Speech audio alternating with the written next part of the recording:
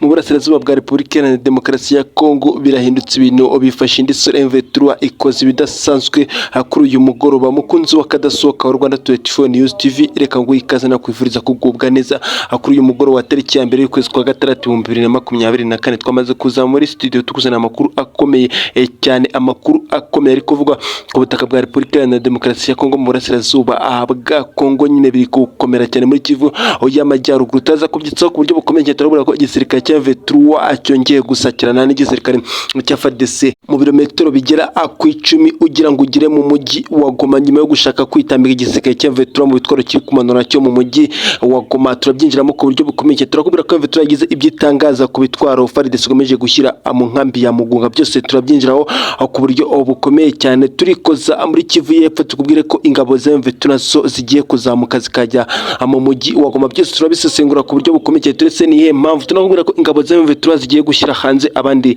bakomando bashyashya baturutse muri Wazirendo bakayunga ku ngabo za M23 mu gihe cy'amezi agera kuri 2 yose barimo batozwa kubijyanye n'umuco ndetse n'indangagaciro z'igisirikare cya M23. Reka n'ubundi banze gusaba gukanda subscribe, comment, like ndetse na share kugira ngo tubyinjiremo ku buryo bukomeye cyane. Turaza kubyinjiramo tubisesengura byose ko byakabaye. Duhera kuri nkuru ya mbere, agace gakomeye cyane mu birometero bigera ku 10 uturuka mu mujyi wa Goma niho bitangiye bibera kuri uyu umugoroba. M23 irimo imanura abandi basirikare nabo iberekeza mu mujyi wa Goma n'uragiye kubera imperuka. Ese biri guterwa n'iki? Dore impamvu nyamukuru, izi ngabo za M23 nyuma yo kubona ko FARDC irimo ijyana ibikoresho byabo byose mu mujyi wa Goma, bavuga teka tujye gutangira. M23 irimo yategura operation yo kuwufata, reka tujye gutangira turebe ko aho twagira icyo dukora abikiri mu maguru make. M23 nayo kibibona ikimara kubona ibyo ngibyo isifata intwaro zayo zose, ravuga teka tujye twerekeza mu mujyi wa Goma, twerekeza mu mujyi wa Goma tujye kureba uko bimeze kuri ubwo rero. Nyuma yo gutegeza kuregeza mu mujyi wa Goma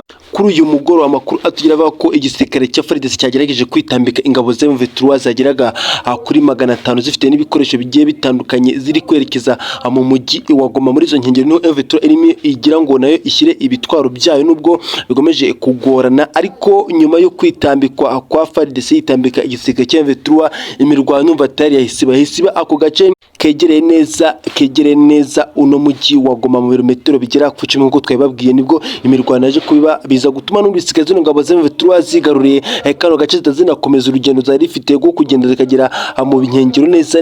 Urumva abasirikare bamwe bari muri uno mujyi wa Goma mu nkengero nyirizina, hari abari mu bice bya ruguru muri Virunga, hari abandi basirikare bagiye bagose n'ibitwaro niho biri, bavuga ati twongeremo abandi basirikare tuze.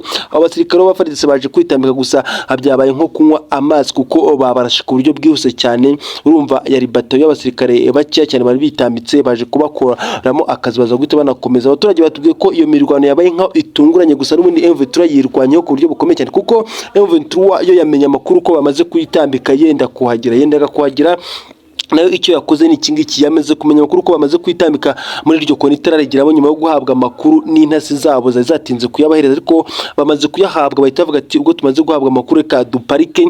Igisirikare cyo kirakomeza kirakivuga ati turaza guhura, ese ko n'abataza abaje guseruka mu ikoni grenade ya mbere, ibisasu bya mbere bitangiye kuvuza induru ti papa bombori barabakubita ku buryo bukomeye cyane. Numva bamaze kubitegura, nubwo byatwaye igihe gito babatega ambusha, ariko nuko nkuko byagenze ako gace na M23 guhita igafata ndetse iza no guhita igomeza urugendo urwo. Urumva ni ubutasi bukomeye buri gufasha zino ngabo za M23. Ubutasi bwayo urumva iyo bavuze ati tugiye kureza mu mujyi wa Goma batuye nko mu birometero 10 tugenda, turaza kuba tuhafite ubutasi bwacu butugezeho amakuru. Urumva n'amakuru bataza kuyabageza M23 ntabwo tuba turimo tuvuga ibi ngibi ko yafashe kano gace ahubwo yari kugwa mu gaco k'igisirikare cya FARDC. Nuko nyine FARDC nayo yaze gutega ku gaco ikaza kurambika bwatse ko muri ngabo za M23 zitaza, ese zaba azanyuze mu zindi nzira. Tireka tugere imbere turebe se muri niko ariho zaba zenda guseruka. Ariko uko baje gushorera intwaro ndetse baje gushora n'imodoka zose, baje kuvuga ati bakira mu ikoni grenade ya mbere mu muhanda isizamura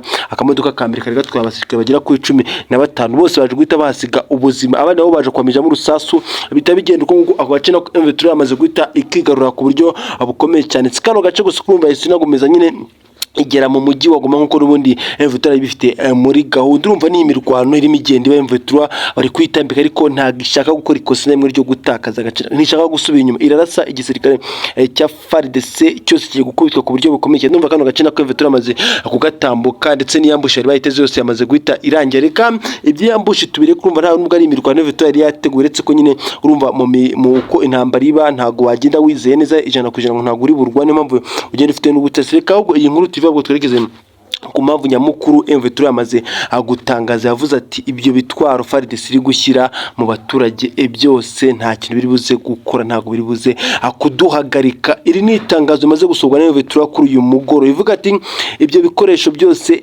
mwapanze aho ngaho, abasirikare bose muri kuzana muri uwo mujyi wa Goma, byo mwakora byose uyu mujyi wa Goma ntago turi bureke turawufata. Ibyo mwapanze byo gufata intwaro mukazishyira mu baturage ni ukwihora ubusa. Ni itangazo ryari rirerire cyane ryasohowe n'umuvugizi wa M23 Lawrence Kanyuka. Yavuze ati ibyo mukora byose uyu mujyi wa Goma twamaze gusetinga gahunda yo ku mujyi wa Goma uzafatwa. Usibye no kuvuga ngo bamaze kuzana abandi basirikare, dufite n'amakuru yuko M23 yamaze kohereza abasirikare bayo benshi kera bamaze hafi ibyumweru bigera kuri 2 muri uyu mujyi wa Goma. Ubwo M23 yatangaza ko umujyi wa Goma igiye kuwufata, yoreje abasirikare bagenda nk'abasivile binjira mu mujyi wa Goma. Nibo barimo bacuruza, nibo barimo bakora ibiki n'ibiki, nibo ngo bahunze, barimo barihungishwa M23 yamaze kwinjira mu mujyi wa Goma ndani. Uretse iki no kuvuga twenda tugiye kwataka dushyira intwara barimo mw'imbere, ariko amakuru nyirizina avuga ko M23 yamaze kohereza abasirikare bayo mu ndani, yamaze kubagezamo ku buryo bukomeye cyane. Binatuma ari kino gisirikare cya FARDC gikomeza kwibaza se ko tubona abaturage benshi bari muri uwo mujyi wa Goma, kandi ko bari guhunga, abaturage batarimo bafite icyo bakora, abaturage bazirukira ku kabari binywera inzoga, abaturage bazirukira abakina amakarita, byose bari kubyibaza se ni impamvu nyabaki abo bose bari mu mujyi wa Goma ari gukina amakarita, bose bari kwibunza, bose kuvugira ku matelefone, abo bajeti, abo bashoferi, abo motari bose uri kubona muri uwo mujyi wa Goma, abo bose uri mubona abasirikare ba M23. Nawe ubazwa muri uwo mujyi wa Goma ushobora kuba udukurikiye uri kubyumva kwibaza ngo kuba nibo babona abantu benshi, abo n'abasirikare b'V23 bamaze kugera. Amakuru nuko FARDC n'ijyanye n'ubutasi bwabo bugiranyije nabwo budakora neza, niyo mpamvu yatumye Perezida Felix Antoine Tshisekedi anahindura umuyobozi mukuru w'ubutasi. Yo na update, ariko twemo tuvuga kuri no ntambara ndetse bino bisirikare byose. M23 yavuze ati ibyo bitwaro nyamukuru mwashyizaho muri iyo nkambi ya Mugunga, muri kwapanga byose, muri kwashyira, ntago bituza gufata umujyi wa Goma. Ndetse ibarambye ati ibyo bitwaro mu mushyano nibyo turi buze guhera kugira ngo tubereke ko M23 yaje ati nibyo turi buze guhera uko byagenda kose turaza kubera kandi turayifata ku buryo bukomeye cyane. Byose rero ni itangazo ryasohoye twamo dusesengura ku buryo bukomeye, ariko twebwe nko mu mboni yacu nk'abanyamakuru ko tubona ino ntambara ikomeje kugenda ifata nini, dukurikije abo tugenda tuganira barizwa muri uwo mujyi wa Goma. Abo hirya no hino twumva abasesenguzi bagiye batandukanye nabo uko babivugaho, natwe ubwacu mu mboni yacu iyi ntambara ya M23 muri uyu mujyi wa Goma na FARDC, inshuti yanjye kamubwire ngo baraza guhangana ku buryo bukomeye cyane. Gusa we ntabwo tubabona uburyo bukomeye cyane, kuko M23 n'ubundi isanzwe itsinda kino gisirikare cya FARDC ni ibisanzwe. Ahubwo ikintu nyamukuru noneho cy'ingenzi kiri hano kijyanye no rugamba uko rumeze, nyamukuru iby'ingenzi twavuga bikomeye nuko M23 yamaze kuvuga ati uyu mujyi wa Goma turawushaka, ati twabitangaje kuva kera ko uyu mujyi wa Goma tuwukeneye, nta kiri buze kutubuza kuwufata, kuko n'ubundi dufite abasirikare hafi aho ngaho. Kuba M23 yavuga ati umujyi tuje kuwufata, turumva yabitangaje nabiteguye kera, niyo mpamvu bavuga ati abasirikare bandi bose turabazana muri uyu mujyi wa Goma, turawukeneye ku buryo bukomeye cyane. N'ubundi tugiye kuri uyu mujyi wa Goma, reka tukubwire ko abasirikare bamwe barizwa muri Kivu y'Amajyepfo bagiye koherezwa mu mujyi wa Goma, abasirikare ba M23. Ese kubera icyo riko z'abasirikare benshi, FARDC yamaze kuzana abasirikare babo benshi muri no mujyi wa Goma, yamaze kubazana nkuko twabye tubabwira ku munsi w'ejo, abahunze bose niho bazanwe, usibye ko abenshi bazanwe ari inkomere zaje kuvurirwa muri uyu mujyi wa Goma. Ariko M23 yavuze ati atera abasirikare bake turi buze gukura muri Kivu y'Amajyepfo muri territoire ya Karere, ndaho bigomeje kugenda, kuko n'ubundi ibice bigiye bitandukanye twarabifashe. Ati abasirikare twahoreje n'undi benshi bafite n'intwaro ziremera, ati bamwe turabagabanya tubazane muri uyu mujyi wa Goma, n'ubundi nabo bahabasanye, natwe turahabarunda ku buryo bukomeye cyane, dusakirane ibintu bicike. N'ubundi nicyo bapanze nacyo bashaka, iyi mirwanira za kuba, dore ko n'ubundi igisirikare cya FARDC muri biriya bice harasigaye abasirikare bakeya, nabo nta n'intwaro bafite, ko ni inyinshi murazi ko bagiye bazigurisha. Niyo mpamvu rero bavuze ati tubahungisha abandi tubazane muri uyu mujyi wa Goma, ariho baza kubera ino ntambara izo gukomera. Nayo Vital ati nayo umusawa tubyihoreye, mwamaze kubashyira, natwe reka tuhazane abacu ku buryo bukomeye cyane, turahabasura turasuka ku muvuduko uhambaye ndetse turaza guhangana ku buryo buteye ubwo. Urumva M23 ni umwanzuro yafashe kuvuga ati bahazanye abasirikare bashaka kugira ngo batwereke ko bazanye abasirikare bari ko ntabwo buri buze kuduhagarika, ntabwo turi buze kubura hakwazana abasirikare bacu ku buryo bukomeye cyane. Urumva byose ubyegeranyije biravuga ko nyine abasirikare bari buze gusakirana muri uyu mujyi wa Goma. Ibintu biraza gucika, turaza kumva amasasa ari buze kuvuga ari menshi, niyo batumye abaturage benshi bahunga. Ubu ngubu abasigaye muri uyu mujyi wa Goma ni imbarwa, ni bamwe bavuga ati ntaho kujya ntaki, ariko ababyeyi, abana, abishoboye bose bamaze gufata amabisi baragiye barahunze uyu mujyi wa Goma. Tuzaba tugaruka umujyi wa Goma numara gufatwa wenda ku ruhande rumwe cyangwa se urundi. Reka inkuru tureka ngo turegeze kuri no nkuru yindi ivuga ko igisirikare cya M23 igisirikare cya M23 mbisubiremo cyavuze ko giye gusohora abandi basirikare. N'amakuru yagiye hanze nyuma y'uko General Sultan Makenga asuye ikigo cya gisirikare kibarizwa muri teritwari ya Masisi hano zabonaga niho M23 ifite ibirindiro, ariko nyuma yo kubasura muri yabanje isura abanyeshuri ndetse iza gusura n'abakoranabushake bemeye kuza kwifatanya n'icyo gisirikare cya M23 bavuye muri Wazalendo. Bano rero nyuma y'igihe kinini bari gutozwa bose M23 yavuze ko igiye kubazana ku mirongo y'urugamba. N'amezi agera kuri 2 bamaze batozwa, urende urumva hari abaje mbere, ariko abaje mbere baramaze yo mezi 2 bemeye kuza kwifatanya n'icyo gisirikare cya M23. Abaje mu kwezi kwa gatatu barimo batozwa, n'abaje mu kwezi kwa kane urumva bose basanze bagenzi babo bakomeza gutozwa. Abagiye bava muri Wazalendo nibo benshi, ukafata bavuye muri Mayimayi, ukafata abarundi bemeye gukorana n'izo ngabo za M23 nyuma yo gusobanukirwa nyirizina. Bose M23 yavuze ko igiye kubasohora ikabashyira ku mirongo y'urugamba kugira ngo bakomeze gufatanya na kino gisirikare cya M23 kiri gukora n'ubundi kiri kurwana mu bice bigiye bitandukanye. Urumva ko n'izindi imbaraga M23 yongeye kubona, n'izindi imbaraga yongeye kubona ziri buze gufasha kino gisirikare cyabo kuza kurwana ku buryo bukomeye cyane, kuko n'ubundi ukurikije uko M23 irwana mu bice bigiye bitandukanye ntago twavuga ngo yari imitsindwa ego, ariko warebaga abasirikare ugasanga uretse wera tekinike nyirizina M23 ikoresha, ugasanga igisirikare cya FARDC kirimo kirarusha abasirikare ndetse n'ibikoresho. Usibye ko nyine M23 uburyo ikoresha bwo kurwana, ikarwana naho nta kihomba, ikarwana ku burenganzira bwabo no kurwanira ku butaka bwayo nk'uko bamwe babitangaza, nicyo kiri gufasha zino ngabo za M23 kuba ziri gutsinda, ariko kuba igiye kongera kwakira abandi basirikare kandi urumva ntago ari bake, urumva ni ikintu kiza cyane ku ruhande rwa M23 ndetse n'abafana bayo. None n'ubwo bukomeye kuri FARDC ikomeje gutsindwa, abasirikare M23 ari bake, none nimara kongera abo ngabo. Usibye nabo hari n'abandi limitoza, hari n'abandi zagomeza gutoza M23.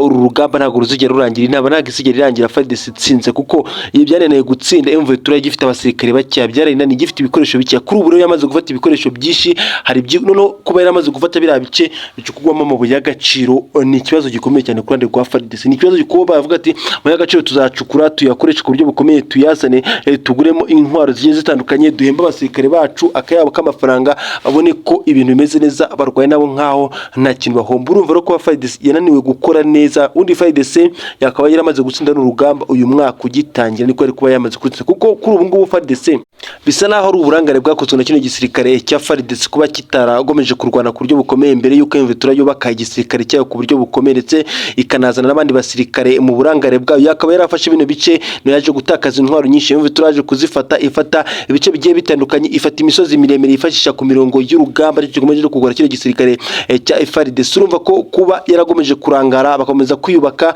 ku mvuduko uhambaye, bagafata ibice bigiye bitandukanye, bakagaragaza ko bagomeje gufasha abaturage, ni ikibazo gikomeye cyane cyatumye FARDC icika intege ndetse inabona ko kuba yafata bino bice M23 yamaze gufata bigoye, kuba itarigeze basubiza inyuma mu bice bya mbere intambara igitangira, ari uko ari amagambo agenda avugwa. No kuri ubu ngubu bamaze gushyiraho n'ubutasi bukomeye, no kuba bafite abandi basirikare benshi bakorera mu gisirikare cya M23 bakorera muri FARDC. Urumva nibyo bigomeje kugora kino gisirikare cya FARDC, no kuba hari abasirikare benshi ba FARDC bamaze kwitaba Imana, bamaze gusobanukirwa, bamaze kurambirwa intambara. Ibi byose nibyo bituma kino gisirikare cya FARDC gikomeza gutsindwa mu bice bigiye bitandukanye.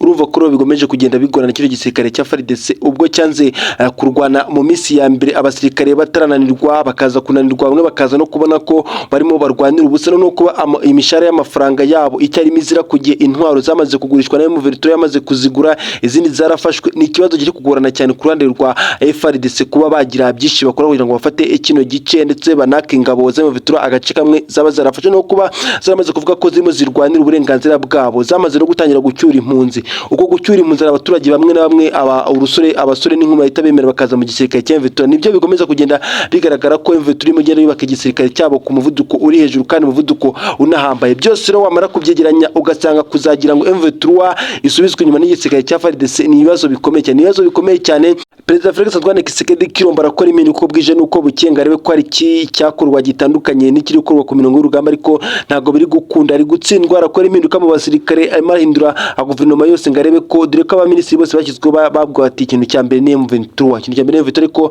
ntabwo biri gukunda. M23 yamaze kwiyubaka ku buryo bukomeye cyane, noneho yamaze no gusobanukirwa amahanga, nawe yatangiye kubona ko M23 kurwanira ku bintu by'ukuri. Niyo mpamvu FARDC bizayigora kuba yagira kandi gace yakazino ngabo za M23. Reka tuzoreza hano ubusesenguzi bwacu bwari bugezweho muri ano masaha y'umugoroba ndetse n'ama update yose twari twayakusanyije kugira ngo tubaze tuyabagezeho. Reka n'ubundi ngusabe kwanda subscribe, comment, like ndetse na share kugira ngo dukomeze n'ubundi kubana kuri uyu muyoboro mugari wa Rwanda 24 News TV, umuyoboro kugezaho amakuru agezweho kandi amakuru abagize bavugwa mu burasirazuba bwa Repubulika Iharanira Demokarasi ya Kongo. Reka ngo twongere mu makuru yacu ari imbere ari buze kubagezweho mu ijoro. Reka ngo ukomeze ugubwe neza. Ciao ciao.